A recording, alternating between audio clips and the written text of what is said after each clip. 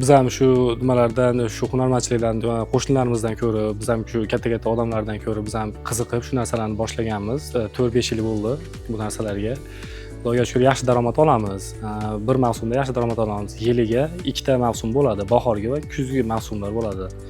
Bahorda bir sotiladi va kuzgi mavsumlar bo'ladi. Undan tashqari birgina bu gulchilik bilan shug'ullanishdan tashqari ko'chatchilik, bu yoqda parrandachilik, bu yoqda chorvachilik, ozgina shu ro'zg'orga o'zimizga qilgan qo'shimcha daromad qilib qilyapmiz shu narsalardan. Endi oylik maoshdan tashqari bu ham bir qo'shimcha daromad degan narsada bizga endi shu. Xudoga shukr, hammasi yaxshi bizda. Asosan qanaqa ko'chatlar yoki qanaqa gul turlari? Ko'chatlar endi bizda archa ko'chatlari, parrandachilikdan tovuqlar, gullardan endi xrizantema, bu yoqda qishki mavsumga ochiladigan o'zi bo'ladi, kala degan gullarimiz bor, o'shalar bo'ladi. Sortlar.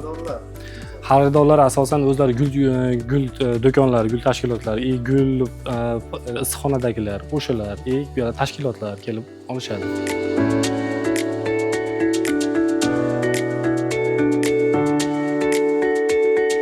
Mehmonobod mahallasida 36 yildan beri yashayman. Turmush o'rtog'im ishdan bo'sh mahalda shu ko'chatchilik bilan shug'ullanishadi. Meni ishim gullar, bu archalar bolalarimniki. Oldidan sotdi, endi 4-5 ta sotildi, endi hali eng katta bo'lganini sotdi, tanlab olishdi, shu 25-30 dollardan sotdi. Shu darajaga yetkazdik, endi Alloh bersa, daromad qilsa, endi yaxshiliklarga ishlataylik.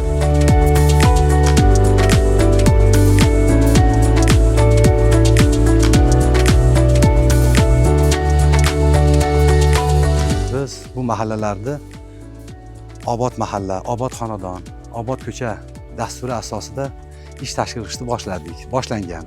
Hozir xonadonlarimizda tomorqadan unumli foydalanish uchun ishlar tashkil qilindi. Tor sotilik xonadonlarda ham yaxshi daromad olish yo'llarini izlab, shu Fozilmon ko'chamizni ko'chatchilikka o'tkazishga qaror qildik va shu bo'yicha ish boshladik. Mana 3-4 ta xonadonlarimizda hozir namuna sifatida biz raislarga, hokim yordamchilarga seminar qilib o'tkazdik.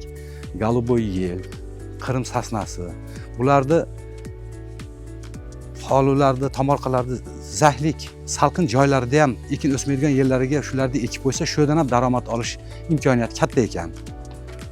Shuning uchun biz Fozilmon ko'chasini to'liq ko'chatchilikka o'tkazishni harakatidamiz va boshladik harakatni.